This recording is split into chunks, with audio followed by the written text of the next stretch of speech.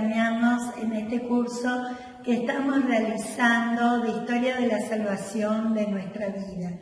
Está organizado desde la parroquia Nuestra Señora del Rosario de la localidad de Cañadón Seco, cuyo administrador parroquial es el padre Humberto Ramírez. En este curso estamos haciendo un recorrido desde Abraham a nuestro Señor Jesucristo. Desde ya les agradecemos y nos encontramos en 15 días. Hola, buenas noches a todos.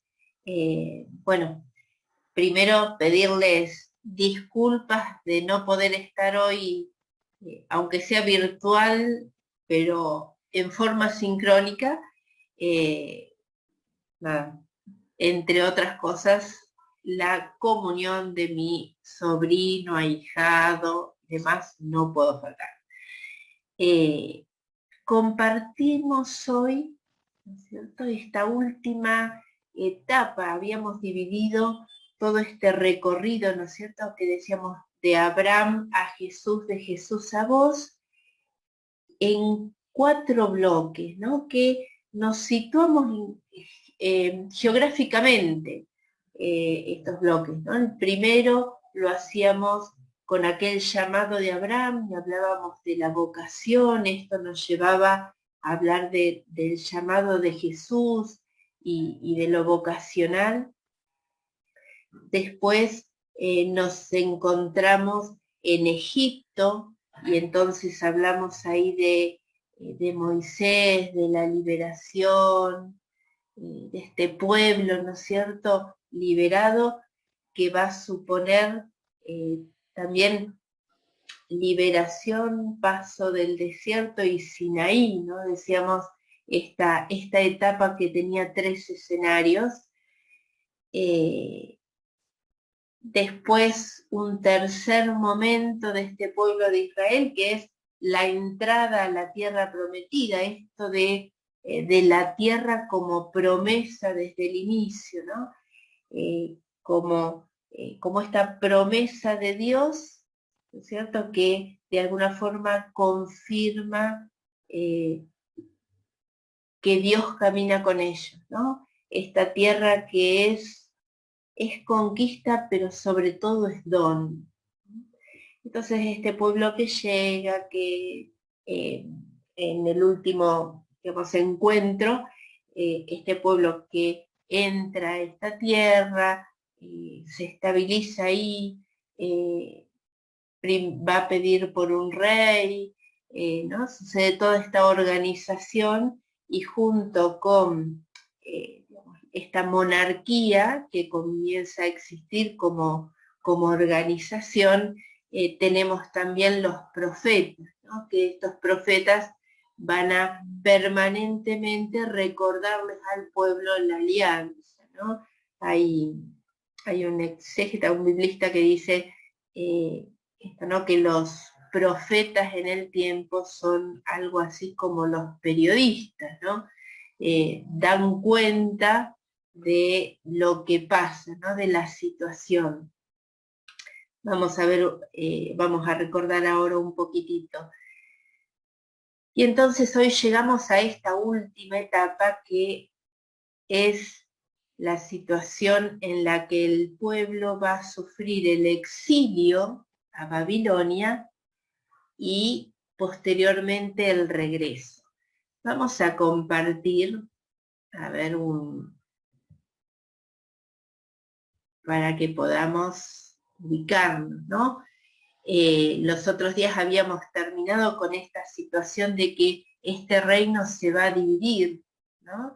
Entonces nos habíamos quedado con estos 2 reinos, ¿no? El reino del norte, que tiene la capital en Samaria, y el reino del sur en Jerusalén, ¿no? Este reino del sur, este reino de Judá, se consideran, ¿no es cierto?, como de la dinastía de David, ¿no? El reino del norte no pertenece, digamos, a la familia de Judá, ¿no es cierto?, al reino de a la dinastía de David, y este reino del norte que va a abrir sus fronteras y incluso van a casarse, ¿no es cierto?, con distintas, con mujeres de otras religiones y demás, ¿no? A ver, esto, dicho así en forma simbólica, ¿no? ¿Qué va a suponer? Que para el reino del norte, Dios, el Dios de Abraham, de Isaac y de Jacob, no es el Dios del pueblo, ¿no? Entonces es uno más entre tantos, más hay muchas más religiones, podríamos decir, ¿no? Muchos más dioses que toman o están en la vida del pueblo. Para el reino de Judá, el Dios de nuestros padres, ¿no? El Dios de Abraham, de Isaac, de José, este Dios, Yahvé Dios, ¿no? Es el Dios junto a otros dioses que, como se va a expresar en los salmos, ¿no? Tienen ojos y no ven, tienen oídos y no escuchan, ¿no? Tienen lengua y no hablan. Esto va a ser, digamos, el comienzo, si se quiere, de un tema clave, ¿no? Que es esto del monoteísmo. El pueblo de Judá, ¿no? El pueblo de Israel, el judaísmo no va a ir madurando, ¿no? En esta conciencia de que Dios es el único Dios, ¿no? Entonces, esta situación o este concepto de un Dios, ¿no es cierto?, que es el principal, pero sigue habiendo otros dioses que no tienen poder, pero están, a esto lo llamamos monolatría, ¿no? Esto es el paso previo al monoteísmo. Dios es el único Dios. Entonces, dicho esto, hacemos este recorrido que habíamos hecho. Decíamos que paralelo a lo que es la monarquía aparecen estos profetas, ¿no? Hombres y mujeres de la palabra, que tienen estas características, ¿no? Llamados, entonces hay una conciencia, una experiencia de intimidad muy fuerte, conciencia de ser enviados, Dios que nos envía, ¿no? Y a una realidad concreta. Entonces tienen conciencia no solamente de esta intimidad y de ser enviados por Dios, sino también conciencia clara de esta realidad que los circunda y esta realidad a la que son llamados, ¿no? Y entonces, desde acá, un mensaje desde Dios alternativo a lo que están viviendo, ¿no? Entonces, esto nos invita a pensar, ¿no es cierto?, cómo como iglesia estamos llamados a ser profetas. Los otros días Alfredo hablaba esto del profetismo, es lo más esencial que Jesús encarna, ¿no? Y este ser profetas, compromiso, ¿no es cierto?, de todos, compromiso de la iglesia, y todos en la iglesia estamos llamados a ser profetas, ¿no? A vivir esta intimidad profunda, ¿cierto?, con el Señor, pero no desencarnados, ¿no?, de la realidad que nos toca vivir, porque entonces también se abre desde acá esto que decimos, ¿no? Estamos invitados a vivir en un permanente discernimiento, ¿no? Discernimiento de la presencia del Dios de la vida en todo tiempo, momento, ¿no es cierto?, circunstancias de nuestra historia. y el discernimiento no lo podemos hacer sin estos dos pilares, ¿no? La intimidad con Dios y la plena claridad, o la claridad más mejor y posible de la realidad que nos circunda. Y entonces vamos a ir a esta situación que comienza y que va a tener como fruto el exilio. Nos encontrábamos, decíamos, con este territorio dividido, ¿no? Y hacia el 721, ahí pongo el texto bíblico donde después podemos ir a verlo, ¿no? Hacia el 721 se levanta este imperio asirio que va a atacar el reino del norte, ¿no? Ataca el reino del norte y el modus operandi que tiene Asiria es mezclar. Entonces, hay gente que se asienta ahí, a otros se lleva a Siria, se comienza, digamos, con un poder más bien de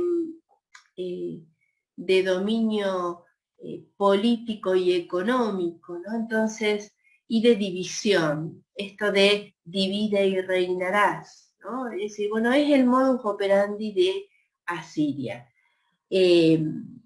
Israel, ¿no es cierto? Israel digamos, la víctima de este ataque asirio, va a estar en el sur, en la parte del sur va a estar Judá, ¿no es cierto? Jerusalén. Esto trae, es imposible en una hora plantear todo, ¿no? Pero previo al ataque va a haber una relación entre Israel y Judá queriendo hacer, ¿no es cierto?, más por el lado de Judá, hacer algún acuerdo como para defenderse de este pueblo asirio que viene, ¿no?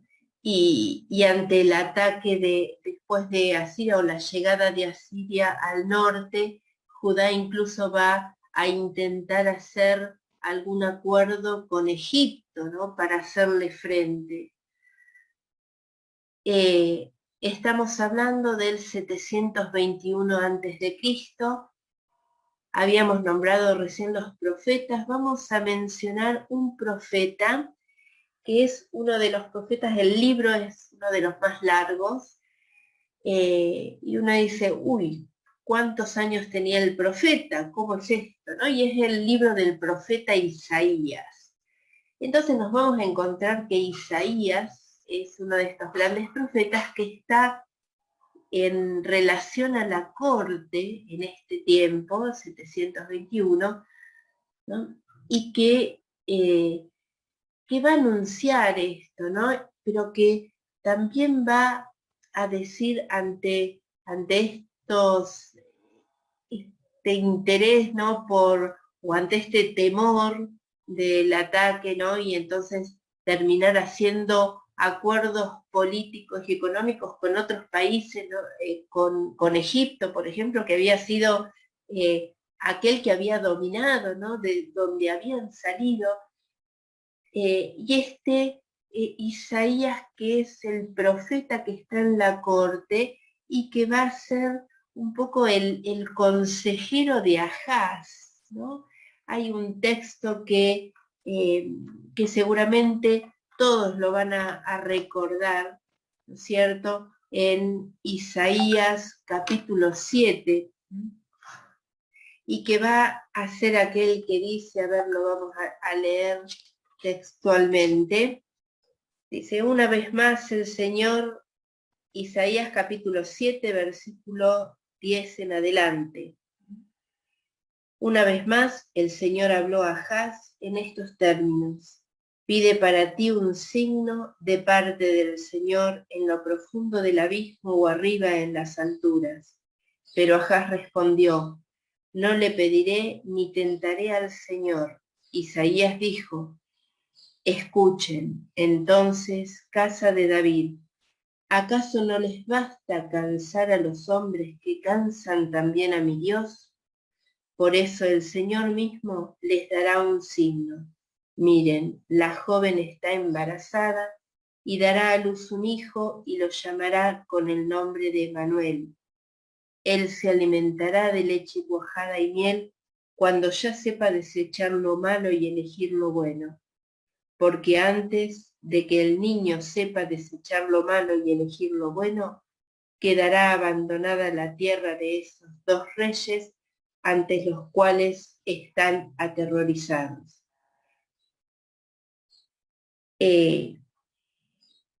Este texto continúa, seguramente ustedes van a recordar, ¿no? Esto, una joven está embarazada y dará a luz un hijo y lo llamará con el nombre de Emmanuel, ¿no? Este texto que toma el Evangelio de Mateo, ¿no es cierto?, cuando comienza a hablar y cuando se hace el anuncio de Jesús, un anuncio que en Mateo está dirigido a José, ¿no es cierto? Y Mateo trae este texto, ¿no? Como dice el profeta, ¿no es cierto? Una mujer dará a luz un hijo que se llamará Emmanuel. Mateo lo va a definir, ¿no? Emmanuel, ¿qué significa Dios con nosotros, ¿no? Entonces, esto es, ¿no?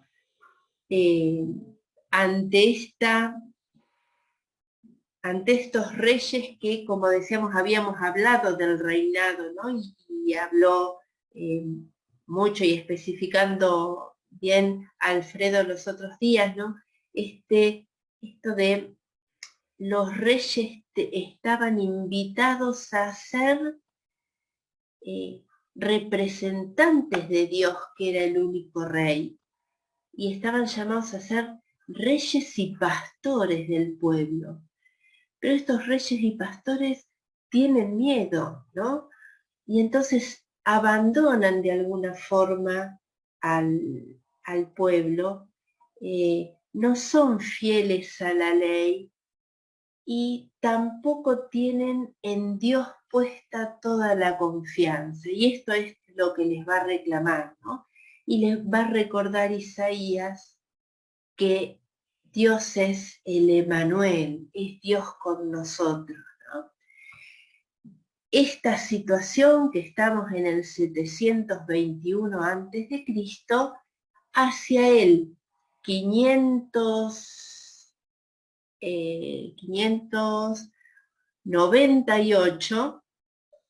es cierto?, surge otro imperio, que va a ser el imperio babilónico, que va a destruir al imperio asirio, y el imperio babilónico, que tiene que al frente está el famoso rey Nabucodonosor, ¿no es cierto?, llega hacia el sur a lo que es el reino de Judá y va a destruir el reino de Judá, es decir, Babilonia se comporta distinto a lo que es el modo de actuar de Asiria, ¿no? Babilonia va a destruir, y va a destruir la ciudad, va a destruir el templo, va a matar al rey y al grupo de gente más importante, ¿no?, de ahí de Judá, a los que están en torno al templo, los lleva desterrados a Babilonia, ¿no? Los lleva desterrados. En Jerusalén, en una Jerusalén destruida, queda un puñado de gente pobre, porque otros incluso huyen a Egipto. Entre estos que van a Babilonia, un profeta que termina siendo llevado a Babilonia es el profeta Ezequiel. Y entonces estamos en Babilonia, ¿no? Y los invito a que nos situemos. imaginemos, ¿no? Esta Babilonia y en esta experiencia del exilio. El pueblo ahí en el exilio, imagínense, ¿no? Para el pueblo, Dios estaba identificado con la tierra que habían recibido, ¿no? Como don, el templo, que era el signo de presencia más grande, más clara, que Dios mismo les había dejado construir, y el rey, ¿no? Porque el pueblo había pedido a Dios, ¿no es cierto?, un rey, y Dios les había concedido, ¿no? Con el recuerdo de que Dios siempre es el rey, los reyes de la tierra son representantes, son signo de esta presencia. Entonces, para el pueblo, Dios estaba en la tierra, en el templo y en el rey. Y ahora están en Babilonia, están allá exiliados, lejos de la tierra, con el templo destruido y el rey que ha muerto. ¿Cuál es la experiencia, ¿no es cierto?, que este pueblo va a hacer ahí en ese lugar? Primero la pregunta, ¿no? A ver, si para mí Dios era tierra, templo y rey, y ahora no tengo ni tierra, ni templo, ni rey, la pregunta que surge es, ¿dónde está Dios? ¿No? ¿Dónde está Dios? Y entonces desde ahí son invitados a pasar por el corazón la promesa de Dios, ¿no? A ver, este Dios que nos había prometido, ¿es en verdad que Dios no ha cumplido? ¿O por ahí no hemos interpretado del todo bien esta promesa? ¿O qué hay de nuestra parte que en realidad la promesa de Dios ha estado, pero nosotros la hemos perdido?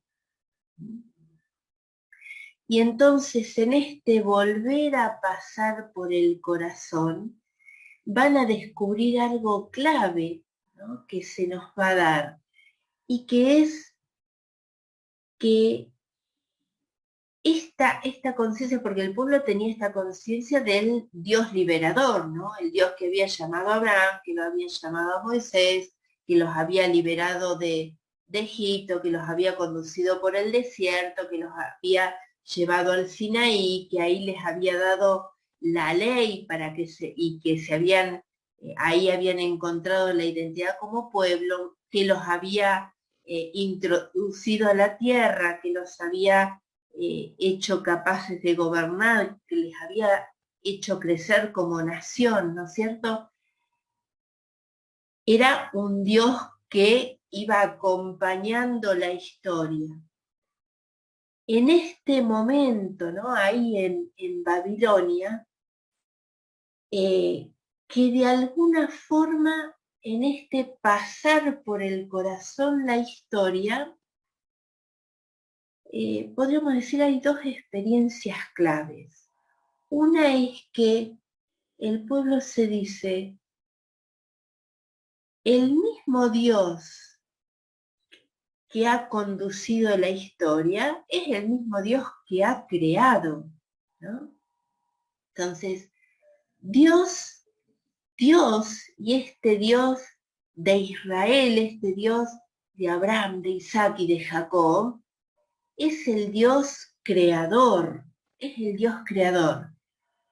Y vean que es ahí, ¿no?, en el exilio, cuando descubren con fuerza esto del Dios creador, y entonces ahí es donde, por ejemplo, van a escribir, ¿no es cierto?, este libro que en la Biblia, en las Escrituras, nos encontramos al inicio, ¿no?, que es el libro del Génesis. Y en realidad, en este momento, se van a poner por escritos la mayoría de los libros, ¿no? Ya se habían empezado a poner por escrito en lo que es el tiempo, digamos, de la monarquía y de los profetas escritores, ¿no? Y entonces, acá también, en este momento, aparecen lo que lo habíamos nombrado a Isaías, ¿no?, junto a la corte. Pero estábamos hablando del 721. Cuando vamos al libro de Isaías, aquel primer Isaías, ¿no es cierto?, que está en torno al templo y en torno a ese año, 721 a.C., los textos que ubicamos en torno a ese primer Isaías, ¿no?, son del capítulo 1 al capítulo 39. A partir del capítulo 40 y al 55, podemos hablar del segundo Isaías, ¿no? Hablamos de esta comunidad de los discípulos de Isaías, que van a aparecer acá en este destierro, ¿no? Y que son un poco podríamos decir los profetas de la esperanza, ¿no? Estos discípulos de Isaías que van a formar una comunidad, ¿sí?, y que van a decir, no hay que perder la esperanza, no hay que perder la esperanza. Dios sigue estando, que van a hacer esta lectura, ¿no?, y que van a invitar a todo el pueblo a pasar por el corazón. Hacemos mención de 2 o 3 textos. Primero, el mismo capítulo 40 de Isaías, ¿no es cierto?, que seguramente a ustedes les resonará por el canto, ¿no? Conocemos un canto, este canto que dice: consolad a mi pueblo, dice el Señor, ¿no? Y estas son las palabras con que empieza el texto de Isaías capítulo 40. Consuelen, consuelen a mi pueblo, dice el Señor, hablen al corazón de Jerusalén y anúncienle que su tiempo de servicio se ha cumplido, que su culpa está paga, que ha recibido de la mano del Señor doble castigo por todos sus pecados. Dice: una voz proclame, preparen en el desierto el camino del Señor, tracen en la estepa un sendero para nuestro Dios. Y habla de la palabra de Dios, ¿no? Dice, primero dice, bueno, se revelará la gloria del Señor. Y después dice: la hierba se seca, la flor se marchita, pero la palabra de nuestro Dios permanece para siempre. Súbete a una montaña elevada, tú que llevas la buena noticia de Sión, levanta con fuerza tu voz, tú que llevas la buena noticia a Jerusalén. Levanta sin temor y di a las ciudades: aquí está tu Dios. Entonces, y termina diciendo: como un pastor, él apacienta su rebaño. Y acá 2 o 3 cositas, 2 o 3 cosas muy lindas, ¿no? Esto, ¿no? Estos discípulos de Isaías, esta comunidad en el medio, allá en el exilio, ¿no?, en esta experiencia de haberlo perdido todo, vuelven a pasar por el corazón la historia y descubren entonces al Dios creador. Pero también en este volver a pasar por el corazón, se hacen eco de la esperanza, ¿no? Y entonces anuncian y no dejan de anunciar esta esperanza, ¿no? Uno dice, los profetas del exilio, como es este segundo Isaías, como va a ser Ezequiel, son los profetas de la esperanza, ¿no? Que van a decirle a la gente, bueno, cuando te preguntas dónde está Dios, anímate a volver a pasar por el corazón todo lo que has vivido, ¿no? Y entonces en ese volver a pasar por el corazón surge la esperanza, ¿no? Entonces uno podría llamar a este momento o a este tiempo de la historia entre memoria y esperanza, ¿no? Esto que también después Isaías acá lo va a escribir, ¿no es cierto?, estos discípulos de Isaías con los famosos cánticos del siervo de Yahvé, ¿no? Este primer poema del capítulo 42, donde se reconocen, ¿no es cierto?, como portadores de un anuncio, ¿no? Dios es el que llama y anuncia. Este anuncio que recién leíamos en el capítulo 40, ¿no? Esta buena noticia tiene que ser anunciada, ¿no? Este concepto, evangelio, buena noticia, es la primera vez que aparece acá, ¿no? En los textos bíblicos, en este capítulo 40, ¿no? Esta buena noticia, ¿cuál es? Dios está aquí, Dios está aquí, y es fuerte como un guerrero, pero tierno como un pastor, ¿no? Y esto es lo que va a ir Isaías diciéndonos estos discípulos. Primer poema, portadores de un anuncio. Dios llama, ¿no? Dios llama. Y Dios invita, fíjense qué fuerte esto, ¿no? Les dice, ustedes que están oprimidos, ustedes que han sido oprimidos en este llamado de Dios y en este anuncio, ustedes tienen que estar invitados a oprimidos, no oprimir, ¿no? Y esta es la característica fundamental que tiene que tener el israelita, ¿no?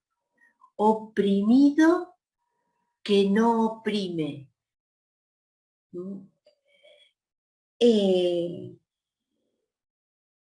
Esto, ¿no? Te sostuve de la mano, te formé, te destiné a hacer alianza. Entonces aparece fuerte este concepto de comunidad, ¿no? Y entonces comienzan a conformarse comunidades que están lejos de un templo que además está destruido, ¿no? Y entonces comienza acá la realidad, lo que va a ser el origen de las sinagogas, ¿no? Estas comunidades donde se encuentran en torno a esta palabra de Dios que está en el corazón, ¿no?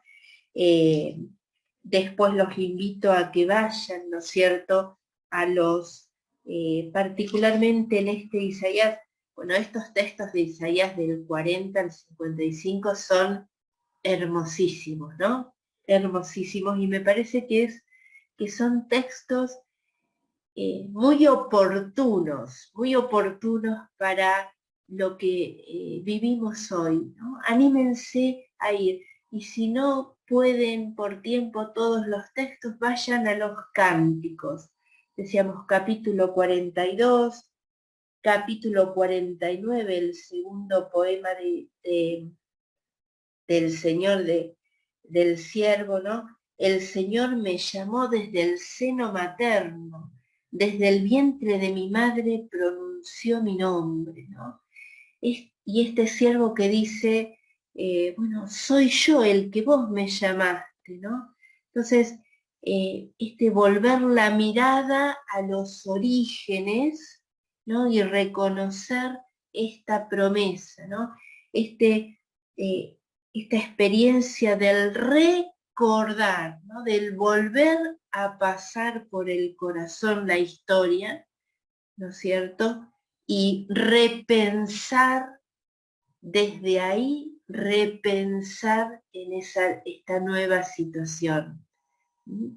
Decíamos 49, después el 50, ¿no? El tercer poema del servidor, ¿se acuerdan ese que dice, el Señor me dio una lengua de discípulo, ¿no? Para que yo sepa reconfortar al fatigado, pero, a ver, para poder tener esta lengua de discípulo, todas las mañanas me da un oído para escucharlo, ¿no? Un oído para escucharlo. Entonces, tengo oído de discípulo para poder tener lengua que reconforte al fatigado. Y fíjense, ¿no? Esto de discípulo no está unido solamente al escuchar, sino también al hablar, ¿no? Entonces uno no deja de ser nunca discípulo, ¿no? Porque por ahí podemos correr el riesgo de decir discípulos y misioneros, ¿no es cierto? Y entonces el discipulado es como el momento de la escucha, del aprender, y la misión pareciera que es como ya otro paso, ¿no? Y dejamos de ser discípulos, no. Y acá está claro, ¿no? El mismo Señor me ha dado una lengua de discípulo para que yo sepa reconfortar al fatigado, ¿no? Porque esto de poder confortar me viene de Dios, es Dios que conforta a través mío. Esto que queda clarísimo en Jesús, ¿no es cierto? Eh, es decir, son mis enviados, ¿no? Entonces, como enviados no dejamos de ser discípulos. Y esto que Pablo va a decir, ¿no? Para confortar con el mismo consuelo con que hemos sido consolados, ¿no? Y la historia acá no termina porque, claro, nos vamos a encontrar que están ahí en Babilonia y empieza a aparecer esta expansión del imperio persa con Ciro, ¿no? Con Ciro como emperador, que lo que va a hacer es, primero, bueno, que vence y que conquista todo el territorio, como ven en el mapa, eh, y entonces, eh, ¿qué va a hacer, no? Ciro va a emitir un decreto, un edicto, ¿no? El famoso edicto de Ciro, por el cual les permite a aquel pueblo de Israel que había estado allí en Babilonia exiliado, les permite volver a Jerusalén. Y esto sucede en el año 538. Entonces, habían estado exiliados, ¿no es cierto?, del 598, 587, ¿no? Porque hay 2 o 3, digamos, exilios por parte de Babilonia, 2 o 3 llevadas de gente. Vuelven en el 538, que es el edicto este de Ciro. Algunos se quedan, algunos permanecen, ¿no? En este volver, ¿no? Este edicto de Ciro, decimos, lo vamos a encontrar en este libro, segundo libro de Crónicas, el regreso a Jerusalén, cómo es esta dominación persa, ¿no? Y uno habla de esperanza y de dificultades, ¿no? A ver, ¿por qué? ¿Cuál es la situación? Primero decimos, bueno, imagínense, esperaban que Dios se hiciera presente, ¿no? Que Dios siguiera conduciendo la historia, ¿no? Este pueblo allá en el exilio. Con este edicto de Ciro,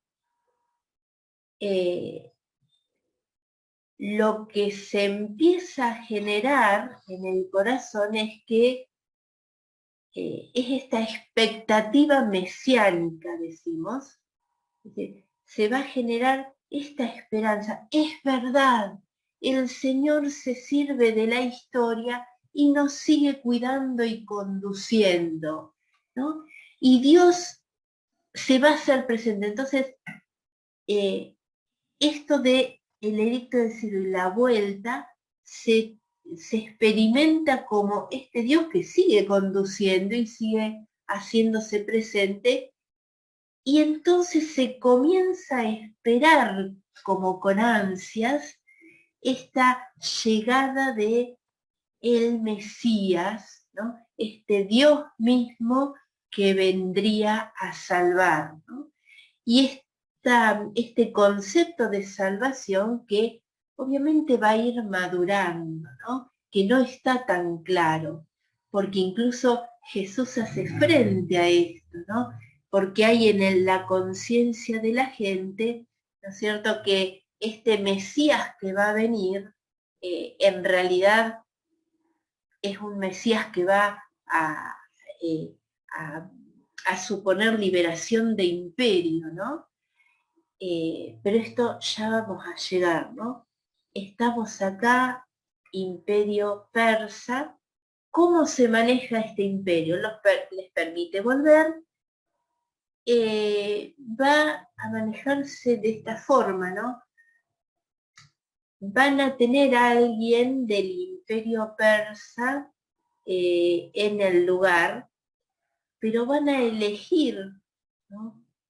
Pobladores que les van a respetar la forma de organización, pero, digamos, hay todo un control económico, ¿no es cierto?, que, bueno, termina siendo de alguna forma colonia, ¿no es cierto?, del imperio persa.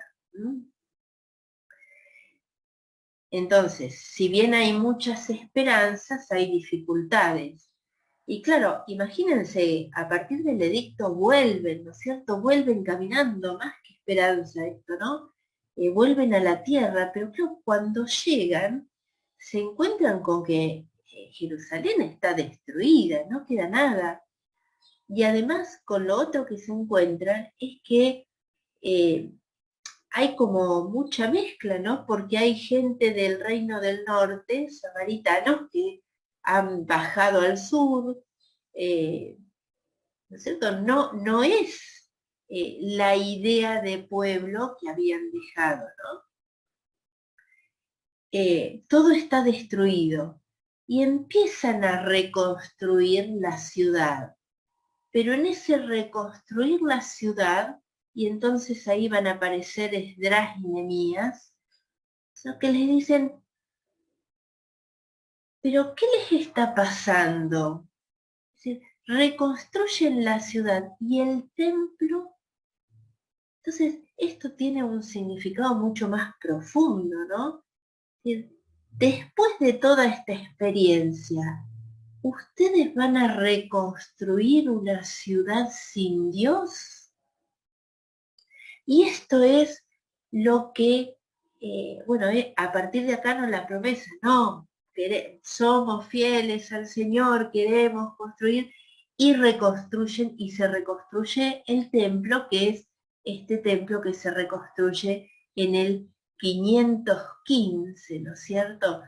Y que es este 515 antes de Cristo, que es el templo que va a ser testigos de las pisadas y de las palabras de Jesús, y es el que después en el 70 después de Cristo el Imperio Romano va a destruir, ¿no?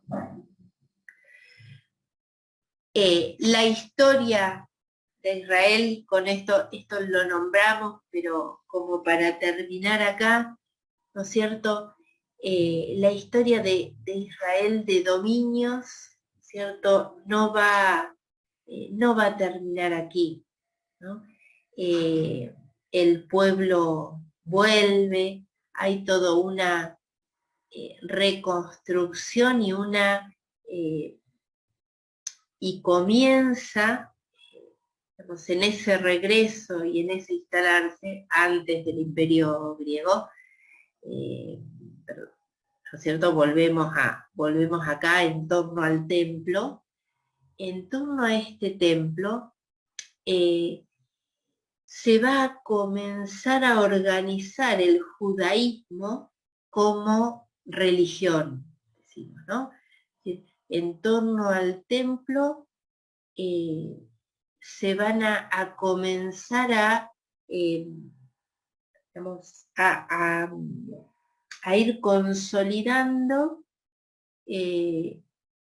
las fiestas, ¿no? Las fiestas, pero toda esta reforma es porque hacia el 622 van a encontrar, ¿cierto? Todo lo que va a ser el núcleo de la ley, ¿no? Escrita, ¿no? El núcleo de lo que es el corazón del Deuteronomio. Y entonces esto va a suponer una reforma, ¿no?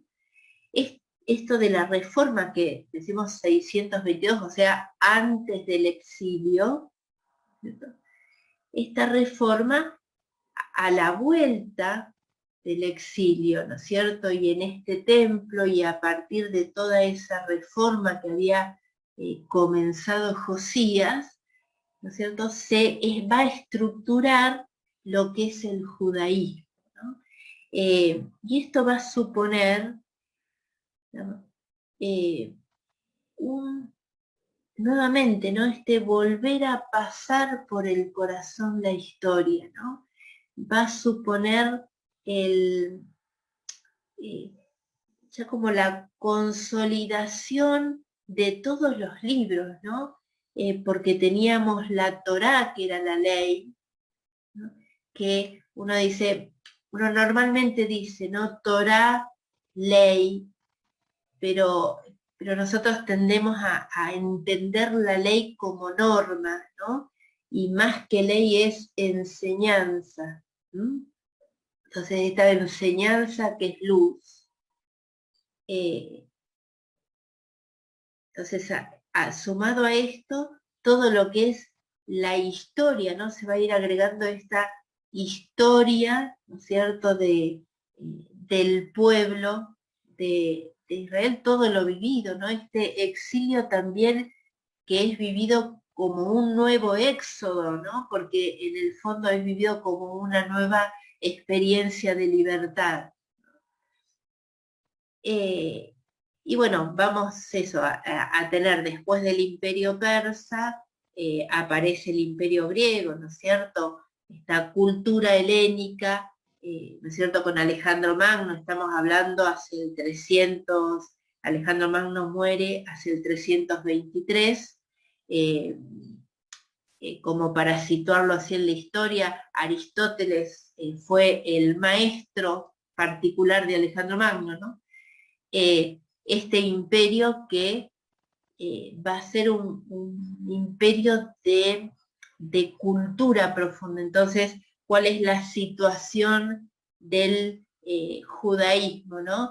De defender, digamos, de cuidar la experiencia o la vivencia de la religión, ¿no es cierto? Porque ante tantos dioses griegos, ¿no es cierto?, ante modos de vida, ante miradas, uno hoy habla de paradigmas, ¿no? El paradigma podríamos decir, uno de los paradigmas del mundo griego, de la cultura helénica, era el cuerpo, ¿no? De hecho, todos los que son los Juegos Olímpicos y demás, no era ese el paradigma del mundo hebreo, ¿no? Entonces, hay una defensa de la integridad de la cultura y de la religión judía. Y acá nos encontramos con los escritos, ¿no es cierto?, del libro de los Macabeos y algunos otros.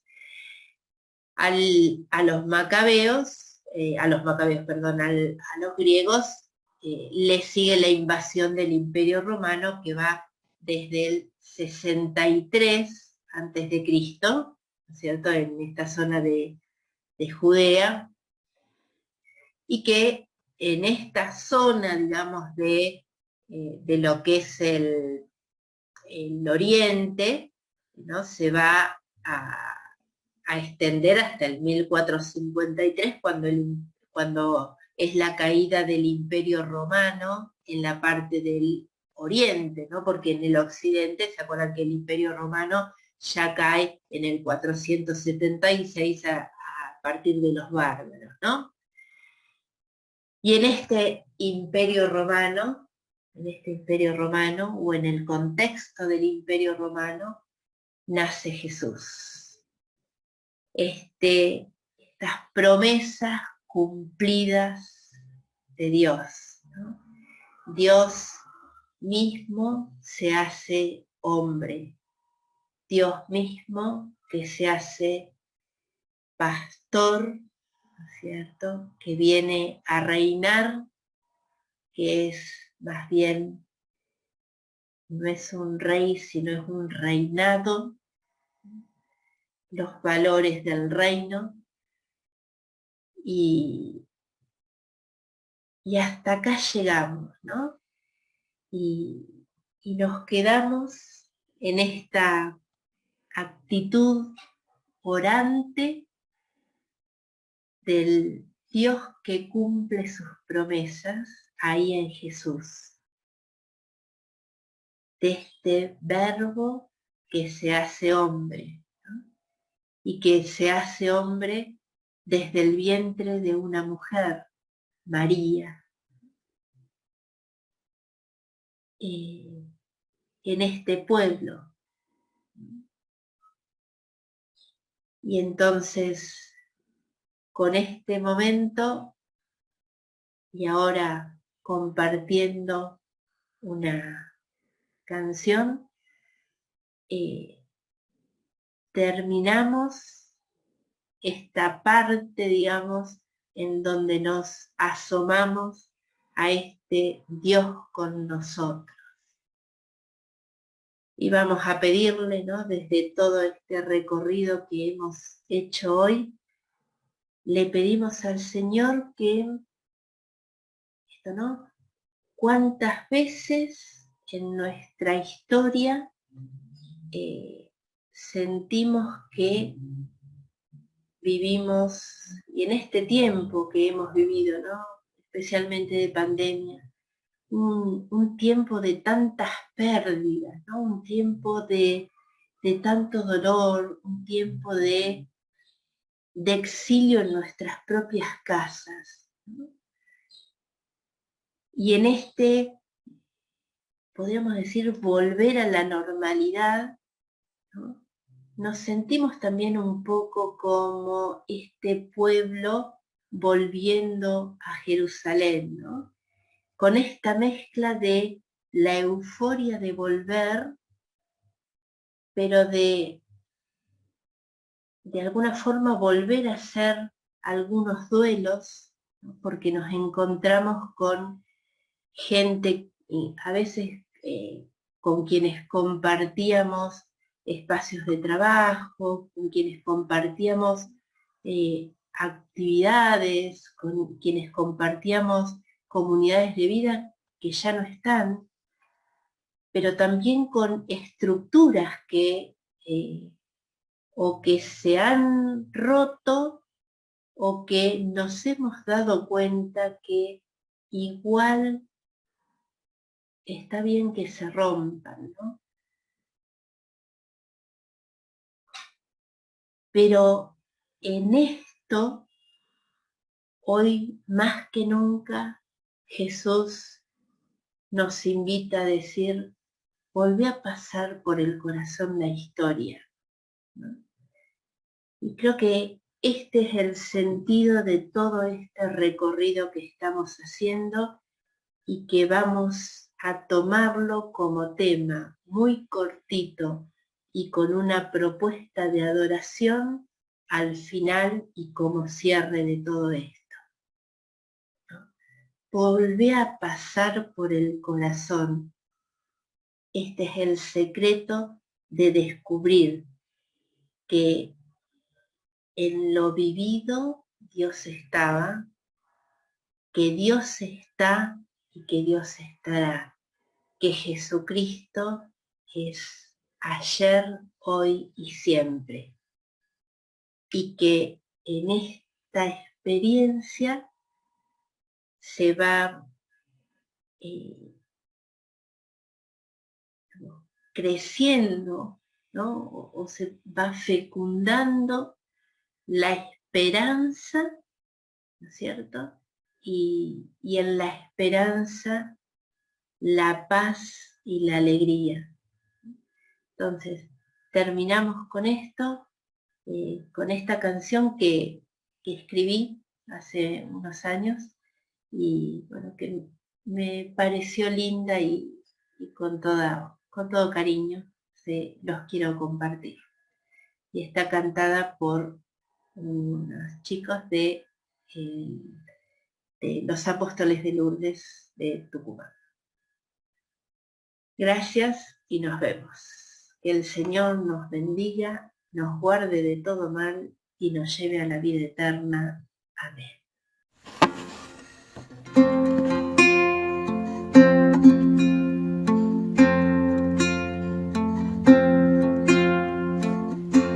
Tu Dios omnipotente, que en el pueblo prendió una promesa de vida, un Mesías Salvador, te eligió para que fueras morada de redención, madre de aquel que es la vida, y en Nazaret te visitó. Y aquel a quien los cielos no pudieron contener, buscó en vos morada, oh mujer, al Emanuel. Y una luz chiquitita ya ha comenzado a arder, la esperanza de un pueblo florecía en vos, mujer. Tu corazón abierto, disponible y siempre fiel, permitió que en el silencio se gestara el Emanuel. De aquel a quien esperaban los pobres de Yahvé, lo llevaste en tus entrañas, oh mujer, al Emanuel. Feliz porque creíste en la promesa de Dios, que aseguró a su pueblo un amor liberador. Y estalló tu alma en canto al Dios Santo de Israel, porque cumplió su palabra, porque es Padre tierno y fiel. Y a quien esperaban no supieron reconocer, y en la pobreza nos diste, oh mujer, al Emanuel.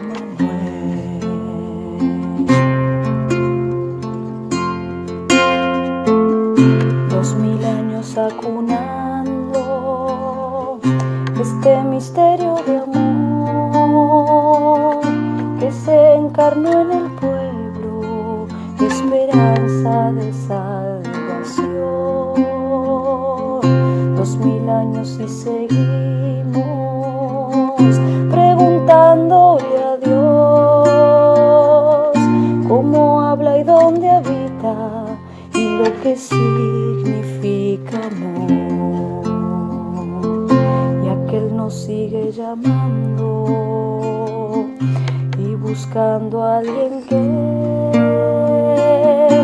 engendre en medio del pueblo otra vez al Emmanuel.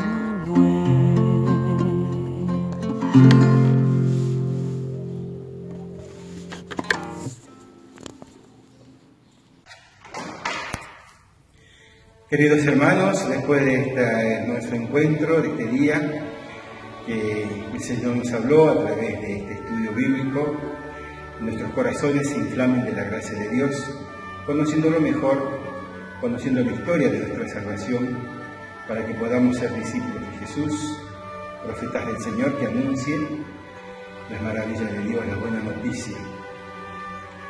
Que nos bendiga a todos nosotros, que bendiga a los disertantes, que se han preparado tan bien y lo han hecho con tanto amor. Que todo esto, lo que hemos aprendido hoy, lo podamos poner en práctica en nuestra vida. Que la Virgen Santísima, Nuestra Señora de Luján, la patrona de nuestra patria, nos acompañe en este peregrinar al encuentro de Jesús a través de su palabra. Que la bendición de Dios Todopoderoso, que es Padre, Hijo y Espíritu Santo, desciendan de ustedes, sus familiares y amigos y permanezcan.